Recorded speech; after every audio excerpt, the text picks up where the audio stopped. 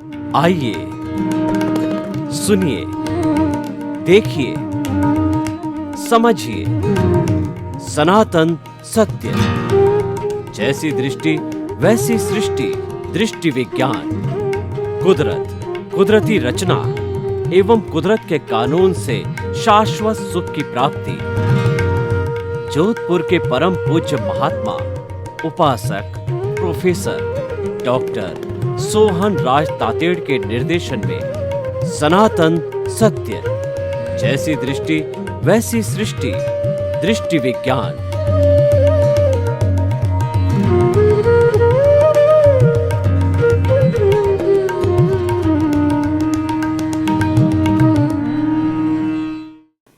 भाई और बहनों, मातृशक्ति को नमन।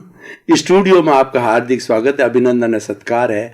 आत्मविज्ञान, साइंस ऑफ द सोल एक ऐसा कार्यक्रम है जो आपकी बुद्धि को अच्छा बनाता है, आपके विचारों को अच्छा बनाता है। आपके भीतर जितने भी नेगेटिव थॉट्स है, जितने भी नकारात्मक सोच है, उसको तिरोहित करके उसकी जगह सकारात्मक सोच को इंसर्ट करता है।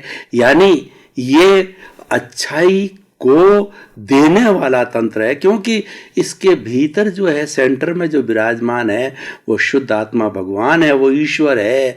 और वो आप हो, आप अनंत ज्ञान वाले हो, अनंत दर्शन वाले हो, अनंत शक्ति वाले हो और अनंत सुख के धाम हो। भीतर प्रभु बैठा है, उससे सब कुछ मांगिए, उससे जो है आशीर्वाद लीजिए, जीवन को अच्छा बनाइए। ये सारा कार्य हम अलग अलग एपिसोड्स के माध्यम से करते हैं। तो आज का हमारा बहुत सुंदर एपिसोड है, वह है अवधि ज्ञान, मन परव ज्ञान। भाई और बहनों, मैंने जैसा कि पहले बताया कि कुल 5 तरह के ज्ञान होते हैं। ज्ञान भी एक तो हमारे बाह्य जगत पर काम करता है और एक ज्ञान हमारे भीतरी जगत पर काम करता है। भीतरी जगत में काम करने वाला ज्ञान है वो प्रभु की शक्ति से ओतप्रोत रहता है, वो प्रभु के दर्शन करने का ज्ञान है, वो सेल्फ रियलाइजेशन का है, वो इंट्रोस्पेक्शन का है, वो स्व निरीक्षण का है, स्व परीक्षण का है, स्वयं को पहचान करने का ज्ञान होता है। और बाह्य जितना भी ज्ञान होता है, हमारे बाह्य जगत है, हम मन वचन काया से जितना भी कार्य करते हैं वो सारा बाह्य जगत से होता है। समाज बनता है, हमारा परिवार होता है, लोगों से इंटरेक्शन होता है, हम लोगों से जुड़े रहते हैं, समाज से जुड़े रहते हैं, वो हमारा सारा ज्ञान है, वो बाह्य ज्ञान होता है। तो अब बात कर रहा था मैं अवधि ज्ञान और मन प्रयोग ज्ञान। 5 ज्ञान में मति श्रुत, ये तो मति ज्ञान होता है, वो हमारी बुद्धि और इंद्रियों के माध्यम से होता है, मन के माध्यम से होता है। और शुद्ध ज्ञान है कि जो हम ज्ञान मति पूर्वक करते हैं और अपने भीतर जो हमने भीतर के अंदर वो रिटेंशन करते हैं, उसको जो धारणा कहलाता है। और वो ज्ञान जब हम दूसरों को बांटते हैं, स्वाध्याय करके हम दूसरों को बांटते हैं, तो सारा शुद्ध ज्ञान हो जाता है। और जितने भी ये माध्यम हमारे उपदेश के माध्यम है, या टीवी पे सत्संग आती है, या आचार्य लोग आते हैं, हमको प्रवचन देते हैं, कोई अच्छी बात बताते हैं, टीचर जो है वो अपने गुरुकुल प्रणाली में टीचर जो है अच्छा ज्ञान है, सद ज्ञान जो है अपने विद्यार्थियों को देता है, वह सारा जो है शुद्ध ज्ञान कहलाता है। और उसके बाद के अंदर कुज्ञान भी होता है, वह भी उसका उल्टा रूप है कि जो कोई अपराधी व्यक्ति जो कार्य करता है या उसको अपराध कराने वाला है, जो को उसका अपराधी गुरु है, वो भी जिसकी कुसंगत है, कुसंगत से आने वाला वह सारा ज्ञान है। इसीलिए भौतिक ज्ञान, आध्यात्मिक ज्ञान, भौतिक अज्ञान और आध्यात्मिक अज्ञान। आध्यात्मिक अज्ञान तो वैसे होता ही नहीं है, फिर भी मान लो कि आध्यात्मिक अज्ञान क्या होता है कि आत्मा में विश्वास न करना, ईश्वर में विश्वास न करना, पुनर्जन्म में विश्वास नहीं करना, और जो है अपनी स्वार्थ की चेतना में रहना, और वो सारा अज्ञान कहलाता है। लोगों को दुख देना, वो सारा जो है आध्यात्मिक अज्ञान कहलाता है। तो भाई और बहनों, आज हम 2 तरह के ज्ञान की चर्चा करेंगे, वो है हमारा अवधि ज्ञान और मन प्रयोग ज्ञान। और ये दोनों ज्ञान है पुद्गलों पर कार्य करते हैं। मति और शुद्ध भी पुद्गल पर कार्य करता है, और अवधि ज्ञान और मन प्रयोग ज्ञान पुद्गलों के ऊपर, जड़ के ऊपर, मैटर के ऊपर कार्य करते हैं। उनको डिटेक्ट करना, उनको जान करने का कार्य करते हैं। लेकिन केवल ज्ञान एक ऐसा है जो कि जो जड़ और चेतन दोनों पे काम करता है। यानी जितने भी पौद्गलिक रूप की चीजें हैं और भूत भविष्य वर्तमान जड़ और चेतन की हर अवस्था को जो है केवल ज्ञानी देखता है, और साथ साथ के अंदर वह जो है चेतन का भी काम करता है। यानी उसके भीतर जो भाव पक्ष है, किसी भी आत्मा के भीतर जो भाव पक्ष है, और उसको देखने का कार्य केवल ज्ञानी ही सर्व कर सकता है। बाकी जो मतिश्रुत और अवधि मन प्रयोग ज्ञानी ये नहीं कर सकते, तो प्योरली जड़ का ही काम कर सकते। जितना भाव पक्ष है और उसकी शुद्धिकरण की बात होती है वो चेतना से जुड़ी हुई, क्योंकि भाव है, चेतना की शक्ति है, उसको हम एक चित्त का रूप दे सकते हैं। ये हमारे जो आत्मा को अनंत चित्तों वाला कह सकते हैं, ये अनंत जो शक्ति का भंडार है। तो ये सारी शक्ति जो है सारे चित्त है, और सबको चेतना देने वाला जो हमारी जो चेतना होती है, वह जो कॉन्शियसनेस की चेतना होती है, वो सब चेतना देने वाला काम जो है वो हमारी केवल एक आत्मा करती है। तो भाई और बहनों, हम बात कर रहे थे अवधि ज्ञान की। ये अवधि और मनोप्रयोग ज्ञान है, ये प्रत्यक्ष ज्ञान है, और मति ज्ञान शुद्ध ज्ञान है, ये दोनों परोक्ष ज्ञान है। और केवल ज्ञान तो प्योरली जो है प्रत्यक्ष है ही है, क्योंकि वो केवली कोई होता है, दूसरे को होता ही नहीं है। और तो इसीलिए जो मति शुद्ध ज्ञान तो नॉर्मल व्यक्ति हर एक करता है। मति शुद्ध ज्ञान तो वो जानवरों को भी होता है, पशु पक्षियों भी होता है, लेकिन वो लिमिटेड, उनकी भाषा कौन जाने, उनकी भाषा सीखनी पड़ती है। भगवान ऋषभ ने जो है पशु पक्षियों की भाषा को जो है वो उनके पुत्र जो है वो बाहुबली को उसकी पूरी ट्रेनिंग दी थी। बाहुबली जानते थे कि वो पशुओं और पक्षियों की उसकी भाषा जो कि बहुत उसकी स्मॉल वोकेबुलरी होता है, उनका शब्दकोश बहुत कम होता है, वो मिनिमम शब्दों के अंदर बात करते हैं, क्यों उनका ज्ञान इतना विकसित नहीं होता है। उसके लिए ज्ञान के वो भी करते हैं, तो वो भी सारा अवधि ज्ञान है, यानी उनके भीतर भी विचार चलते हैं। तो भीतर जो है अवधि ज्ञानी होता है, वह क्या करता है कि वो बाहर के जितने भी द्रव्य की अवस्था है वो जान लेता है कि अमेरिका में क्या चल रहा है। वो सिर्फ जड़ पक्ष को ही देख सकते हैं इंद्रिय, और वहाँ पर चलने वाले मनुष्यों के जो रिलेटिव फॉर्म जो शरीर है उसको देख सकते हैं, टापुओं को देख सकते हैं, और वो जितना भी सृष्टि है उसका पर्टिकुलर जितनी रेंज तक जो अवधि ज्ञान होता है उस रेंज की सब चीज़ों को साक्षात देखते हैं।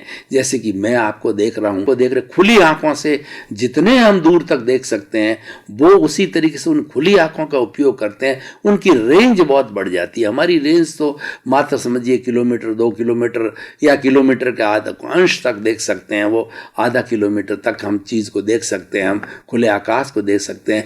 वो तो जो है वो उतने योजन सैकड़ों सैकड़ों किलोमीटर दूर तक की बातें जो अवधि ज्ञानी देख लेता है। अवधि ज्ञानी पुद्गलों को देखता है, परमाणु को देखता है, वो भावों को और चेतना को जो है वो नहीं देख सकता, वो केवल ज्ञानी ही देखता है। तो हम बात किया, हमने अवधि ज्ञान की बात की।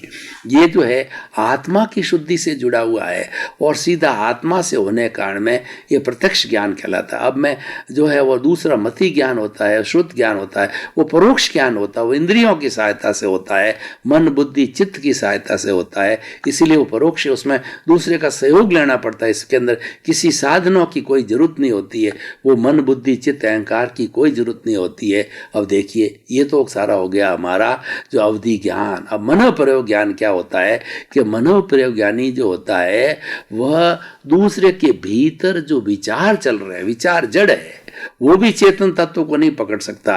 जो भाव विचारों में बदल जा, भावों को वो भी नहीं पकड़ सकता। जो विचार जो है ना वो पौद्गलिक है, विचार जड़ है, और जो उसको जो है पकड़ता है वो मनोप्रयोग ज्ञानी क्या है कि उसके भीतर क्या विचार चल रहे हैं, फला व्यक्ति फला पशु पक्षी जो है भीतर क्या चिंतन कर रहा है, क्या विचार चल रहा है, उसके भीतर क्या क्या चीज़ चल रही है, वो मनोप्रयोग ज्ञानी अपने आप देख लेते हैं। मैं आपको बताना चाहता हूँ जो तीर्थंकर जो भगवान होते हैं, 24 तीर्थंकर हुए हैं अवसतपिणी काल के अंदर, और हमारा महाविद्य क्षेत्र है उसमें कम से कम जो है 9 और अधिक से अधिक 170 तीर्थंकर भगवान हर वक्त विराजते रहते हैं। उनकी देखना चलती है, हर एक का अलग अलग किंगडम होता है। तीर्थंकर दूसरे से कभी भी मिलते नहीं, अपने अपने किंगडम में रहते हैं, उसके दूसरे किंगडम के अंदर दूसरे दायरे में वो नहीं जाता है। तो वहाँ पर जो है हर वक्त चौथा आरा चलता है। हमारे यहाँ जो अवसतपिणी काल का जो तीसरे का एंड से चौथे के एंड के बीच में भगवान बाद विराजमान होते हैं, लोगों को मुक्ति मिलती है, मोक्ष का मार्ग खुला रहता है, लेकिन उसके बाद के अंदर चौथे के एंड में वो बंद हो जाता है, पांचवें में पूरा बंद रहता है, छठे में पूरा बंद रहता है, छठा इज इक्वल टू पहला और दूसरा इज इक्वल टू पांचवा, दोनों बंद रहते हैं, और तीसरा इज इक्वल टू जो है वो चौथा होता है, तो तीसरे में पुनः वापस चालू होता है। तो ये मैं जो कह रहा था कि मनःपूर्वक ज्ञान है वो भीतर जो व्यक्ति की जो चिंतन है उसको मनःपूर्वक ज्ञान लेते हैं। जो तीर्थंकर भगवान होते हैं वो अपनी माँ की पेट में, जो तीर्थंकर गोत्र का बंधन पूर्व जन्म के अंदर हो जाता है और पूर्व जन्म तक जो है वो केवल दर्शन को भी प्राप्त कर लेते हैं। इसीलिए तीर्थंकर का जो वर्तमान जीवन होता है उसमें कोई पुरुषार्थ की आवश्यकता नहीं होती है, क्योंकि वो तो डिसाइडेड होता है, उनको केवल दर्शन जो है पूर्व भाव में ही प्राप्त हो जाता है, केवल ज्ञान प्राप्त होना होता है। तो इसीलिए इसके अंदर जन्म लेते ही मति शुद्ध और अवधि तीन, माता के गर्भ में ही जब बच्चा एम्ब्रियो के रूप में आता है तभी उसमें मति शुद्ध और अवधि ज्ञान हो जाता है। तो और वो जानने लग जाते हैं। उदाहरण के तौर पे मैं आपको बताना चाहता हूँ कि भगवान जो है वो महावीर है, अपनी माँ त्रिशला के गर्भ में थे, तो उन्होंने देखा कि मैं हिलता डुलता हूँ तो माँ को कितना कष्ट होता होगा, क्योंकि माँ की गर्भ में हूँ, माँ तकलीफ पाती होगी। तो उन्होंने हिलना, जब वो गर्भ जो है हिल डुल रहा था तो शहनाइयाँ बज रही थी और पूरी नगरी के अंदर सुख की अनुभूति हो रही थी, और जिन्होंने ये अवधि ज्ञान लगाया उन्होंने हिलना डुलना बंद कर दिया, तो शहनाइयों को रोक दिया गया और बड़ा दुख का वातावरण हुआ कि पता नहीं गर्भ को क्या हुआ, भगवान जाने, गर्भ का क्षय हो गया, कुछ हो गया। तो भगवान ने पुनः अवधि ज्ञान लगाया, पुनः भगवान ने जो है इस चिंतन को देखा, क्योंकि वो तीन ज्ञान के धनी थे। तो अवधि ज्ञान को लगाने से मालूम हुआ कि मेरे हिलने डुलने की वजह से स्थिति पैदा हुई, पुनः हिलना डुलना चालू किया और साथ साथ में एक प्रतिज्ञा की कि जब तक वो विनयशील थे, कि जब तक कि वो माता पिता के ऋण को उतारना चाहते थे कि माता पिता तब जिंदे रहेंगे तब तक मैं दीक्षा ग्रहण नहीं करूंगा।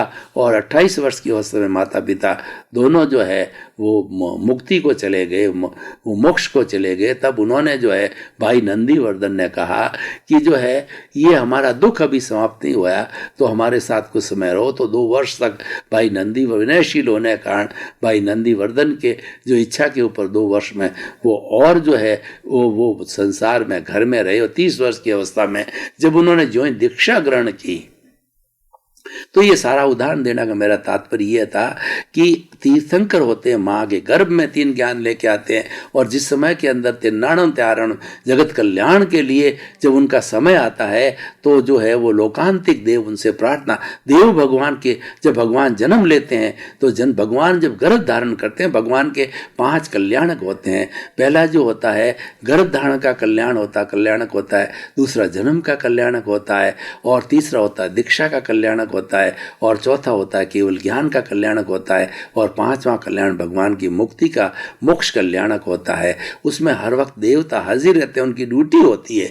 जैसे कि हमारे यहाँ पे कोई भी प्रधानमंत्री या राष्ट्रपति या कोई बड़ा कोई भी मंत्री आता है तो सबकी ड्यूटी होती है, विभागों की, पुलिस की वगैरह की, वो ड्यूटी, उनका प्रोटोकॉल होता है, प्रोटोकॉल पे उनके अनुसार जो नियम बने हुए हैं उनको ड्यूटी पे हाजिर रहना पड़ता है। तो देवता 64 के 64 इंद्र जो है वो ड्यूटी पर तैनात रहते हैं 5 कल्याण के, और वो सबसे पहले अदृश्य रूप से वो मनाते हैं, क्योंकि वो हमारे मनुष्य लोक में नहीं आते, हमको पता नहीं होता है, लेकिन अदृश्य रूप में वो सारा ये 5वां ही कल्याण करते हैं। तो मैं बात कर रहा था कि जब भगवान जो दीक्षा लेते हैं, लोकांतिक देव आकर के प्रार्थना करते हैं कि आपके अब धर्म जागरण का समय आ गया है, दीक्षा का समय आ गया है, अब आप धर्म जागरण चालू करो, लोगों को जो है वो उपदेश के लिए चालू करो, आप दीक्षा ग्रहण करो। तब वो दीक्षा ग्रहण करते हैं, तो दीक्षा ग्रहण करते ही उसी क्षण उन्हें चौथा मनःपूर्वक ज्ञान हो जाता है। तो दीक्षा ग्रहण करते ही वो जो उनके जो अनुयायी होती हैं, श्रावक होते हैं, उनके भीतर क्या चल रहा है, उनके भावों को, जो उनके जो है वो जितने भी जो कहना चाहिए जितने भी जो विचार होते हैं उन विचारों की स्टडी कर लेते हैं, पढ़ लेते हैं। इन लोगों के मन के जो विचारों को पढ़ लेते हैं, और वो मनोपूर्वक ज्ञानी भी वो पौद्गलिक पार्ट को जो है वो रीडिंग कर सकते हैं, पकड़ सकते हैं। और जो भाव होता है अपौद्गलिक होता है, जो अमूर्त भाव होते हैं जो कि चेतना से जुड़े हुए, तो वो भी चेतन तत्व को नहीं पहचान सकते हैं। और उसके बाद के अंदर ये सारा जो मनोपूर्वक ज्ञान कहलाता है। अब मैं आता हूँ भानु भास्कर पूर्ण उदय का जो होता है वो केवल ज्ञान होता है। तो जो केवल ज्ञानी होता है वो एक पूरा सूर्य जो है वो तपता हुआ सूर्य का उदय होता है, यानी वो ऐसा ज्ञान होता है, एब्सोल्यूट ट्रुथ उनको मालूम हो जाता है। और वही केवल ज्ञानी संसार के अंदर एक ऐसा महान महात्मा है, वही जो है कह सकता है कि this is truth, this is right. उसके अतिरिक्त इस संसार में सृष्टि के अंदर कोई भी व्यक्ति जो है वह संकल्प पूर्वक यह नहीं कह सकता कि यह ही सही है, वो ही शब्द का उपयोग नहीं कर सकता है। यह भी सही हो सकता है, गलत भी हो सकता है, वो सापेक्ष बात कर सकता है। और निरपेक्ष बात का जो पावर है वो सिर्फ एब्सोल्यूट नॉलेज के अंदर ही है, वो केवल ज्ञान के अंदर मात्र ज्ञान होता है। यानी केवल ज्ञान कब होता है? उसमें राग द्वेष समाप्त हो जाता है। ये मात्र शब्द क्या है कि राग द्वेष रहित होना, यानी उसमें बिल्कुल राग द्वेष की अवस्था नहीं होती, क्षीण मोह होता है। तो एक क्षीण मोह की अवस्था जो है होने के बाद के अंदर 12वां गुणस्थान जब आता है वो क्षीण मोह गुणस्थान होता है। और 30वां गुण होता है वो सहयोगी केवली, यानी उसके मन वचन काया अभी मौजूद है लेकिन वह केवली बन गया, वो भगवान बन गया। वह जो ईश्वर की बात कहते हैं वो सशरीरी ईश्वर हो गया। और वो जितनी समोषण में अपनी बात करता है वो प्योरली लोक कल्याण की बात करता है। वो राग द्वेष रहित हो, क्योंकि राग द्वेष उसके समाप्त हो गया। इसीलिए मैं बार बार भाइयों और बहनों कहता हूं कि जो हमारे शरीर और आत्मा के बीच में जो वेल्डिंग है वह ज्ञान है, और यह ज्ञान है सारा राग द्वेष है। ये 12वें गुण स्थान में समाप्त होता है, क्षीण मोह हो जाता है, मतलब सारा मोह का संसार समाप्त हो जाता है। और समाप्त होकर के उसको जो है अपना स्व का भान हो जाता है। वो स्वभाव में रमण करते करते स्वानुभूति होता है, सेल्फ रियलाइजेशन होने लग जाता है केवल ज्ञानी को। और स्वानुभूति उसके जो है सेल्फ रियलाइजेशन के माध्यम से ही वो ज्ञान की बातें करते रहते हैं। तो भाई और बहनों, ये सारा जो केवल ज्ञान का है, केवल ज्ञान को प्राप्त करने के लिए हमें कंडीशन एक ना तो किसी धर्म से जुड़ा हुआ है, न जो है किसी लिंग से है, न किसी व्यक्ति से है, न किसी संप्रदाय से है, न किसी भाषा से जुड़ा हुआ है। ये तो केवल ज्ञानी कोई भी हो सकता है। एक कंडीशन केवल ज्ञान होने के लिए सब पर लागू होती है कि अपने राग द्वेष को संपूर्ण खपाना पड़ेगा। ये राग द्वेष परमाणु हैं, तो ये राग द्वेष का एक भी परमाणु अगर आत्मा के साथ में रहता और झरण नहीं होता है तब तक उसको केवल दर्शन, केवल ज्ञान नहीं होता है। और केवल दर्शन तब होता है जब आत्मा का जो है वो सारे कर्म झड़ जाते हैं। और कर्म झड़ने के बाद में केवल ज्ञान होने के बाद में शरीर रहता है। उतने जो हमारी जो घाती कर्म है वो कौन से? ज्ञानावर्णीय, दर्शनावर्णीय और मोहनीय और अंतराय, चारों कर्म टूट जाते हैं। अंतराय सबसे लास्ट में टूटती है। अंतराय तो खाली एक जो रूपक रूप में रहती है कि ये जो मुख्य 3 कर्म होते हैं वो ज्ञानावर्णीय कर्म, दर्शनावर्णीय कर्म और मोहनीय कर्म। ज्ञानावर्णीय कर्म है हमारे जो ज्ञान होता है वो अवधि दर्शन और केवल ज्ञान के ऊपर, केवल दर्शन के ऊपर, केवल ज्ञान के ऊपर ये पर्दा डालते हैं। ज्ञानावर्णीय और दर्शनावर्णीय वो केवल दर्शन और केवल ज्ञान पर पर्दा डाले होते हैं। जब हम सफाई करते हैं, घात करनी रोक देते हैं। और तीसरा होता है वो ज्ञानावर्णीय कर्म, दर्शनावर्णीय कर्म और मोहनीय कर्म जो है ये एक जो है शराबी की तरह होता है। और ये मोह का ही सारा संसार है। जब मोह का समूल नाश कर देते हैं एक एक परमाणु का, तब मोहनीय कर्म जो है समाप्त हो जाता है। तीनों कर्म ये समाप्त होते ही चौथा जो है वो उसके अंदर जो अंतराय, यानी ये तीनों चीज़ों की जो अंतराय थी वह अंतराय टूट जाती है, तीनों पर्दे हट जाते हैं, तो वो अव्याबाद हो जाता है, यानी वो अंतराय की टूटने बस केवल ज्ञानी हो जाता है।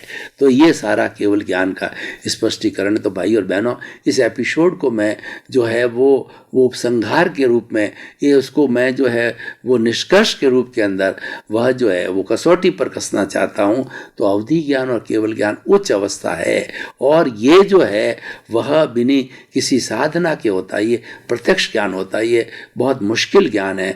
मति शुद्ध जो पिछले एपिसोड में बताया था, ये हर व्यक्ति करता है, कोशिश करे वो कर सकता है। लेकिन उसके बाद के अंदर जो कोशिश करने वाले पुरुषार्थी हैं, साधक लोग हैं, ज्ञानी हैं, वो आत्मज्ञानी हैं, वो आगे बढ़ते हैं। तो मृत्यु शुद्ध के से आगे बढ़ करके और बिना किसी इन दोनों की सहायता लेवे केवल आत्मा रमण करते हुए स्वभाव में रहते रहते वह जो है अवधि ज्ञानी। और जो इसके अंदर पुरुषार्थ यही है, स्वभाव में रमण करो।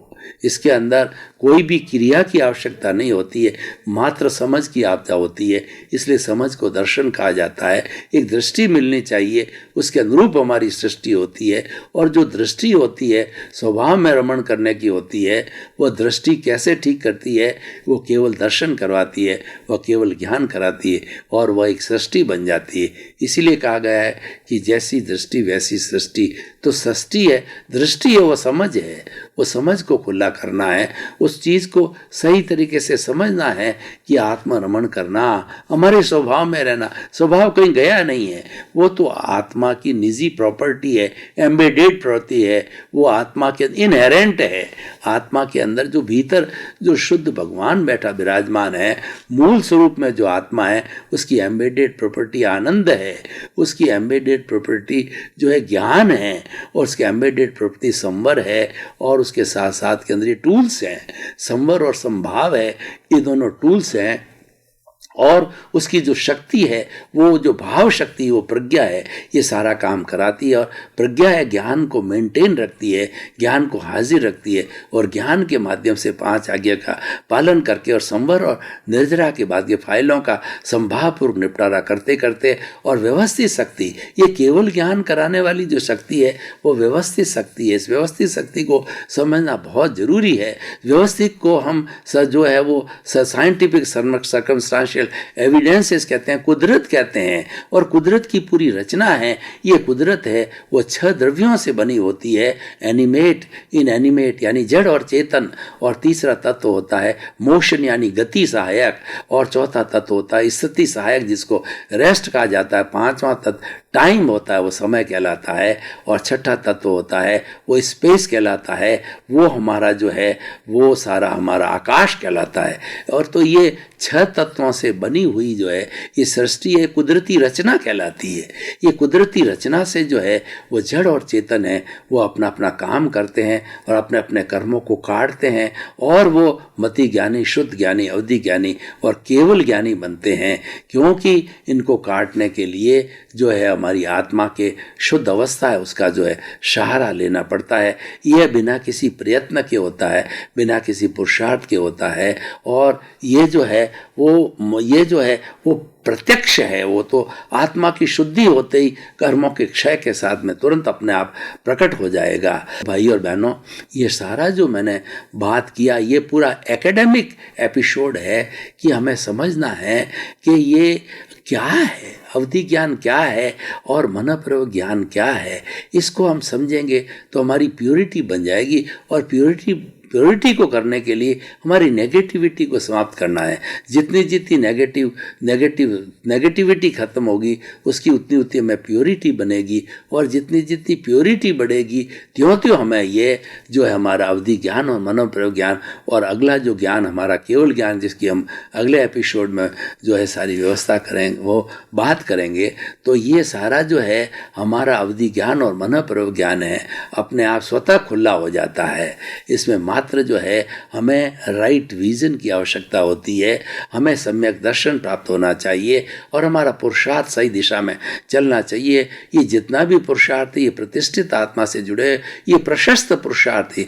ये जो प्रज्ञा का जगत है, देखिए 2 छोर है हमारी प्रतिष्ठित आत्मा में। एक छोर प्रज्ञा क्या है और दूसरा अज्ञा का है। अज्ञा का जो है वो चार्जिंग पॉइंट में चला जाता है कि वो चार्ज अच्छे जैसे कॉजेज डालते हैं, वैसे चार्जेस होते रहते हैं अगले जन्म के लिए, और अगले जन्म में यही कॉज बनाए हुए वो द्रव्य पक्ष बन के, द्रव्य कर्म बन करके जो है वो वापस जो है डिस्चार्ज के अंदर चलता रहता है। लेकिन जो प्रज्ञा का भाग होता है वह पुरुषार्थ का भाग होता है, और वह पुरुषार्थ ये प्रतिष्ठित आत्मा करती है, क्योंकि मूल आत्मा तो अपने मूल स्वभाव ज्ञाता दृष्टा भाव में रहती है। उस ज्ञाता दृष्टा भाव को हासिल करने के लिए, वो अभ्यास करने के लिए प्रज्ञा की आवश्यकता होती है। और ये प्रज्ञा जो करती है वह जो है हमारी प्रतिष्ठित आत्मा का एक जो प्रशस्त भाग है, उसके द्वारा चिंतन करती है कि भाई और बहनों, आपका बहुत बहुत धन्यवाद। आप आत्मविज्ञान कार्यक्रम देखते रहिए। आत्मविज्ञान कार्यक्रम वो ज्ञान की अनंत श्रृंखला देता है। इतना गहरा ज्ञान दिया जाता है, इतना रिच ज्ञान दिया जाता है, क्योंकि आपको मोक्ष के दरवाजे खोलने के लिए आपको रिच ज्ञान की आवश्यकता होती है। आपका अज्ञान रूपी वेल्डिंग को काटना होता है। अज्ञान रूपी वेल्डिंग को काटने के लिए सम्यक दर्शन चाहिए, सम्यक ज्ञान चाहिए, सम्यक चारित्र चाहिए। वो सारा जो है वो आपको जो है इस आत्मविज्ञान कार्यक्रम के तहत बताया जाता है, आपसे अनुभव कराया जाता है। तो आपके प्रति मंगल भावना, शुभकामना, आपका जो जीवन आनंदमय हो, मंगलमय हो, सुखमय हो, आपको परोपकार करके आप सिद्ध बुद्ध मुक्त बने, आपके प्रति मंगल भाव।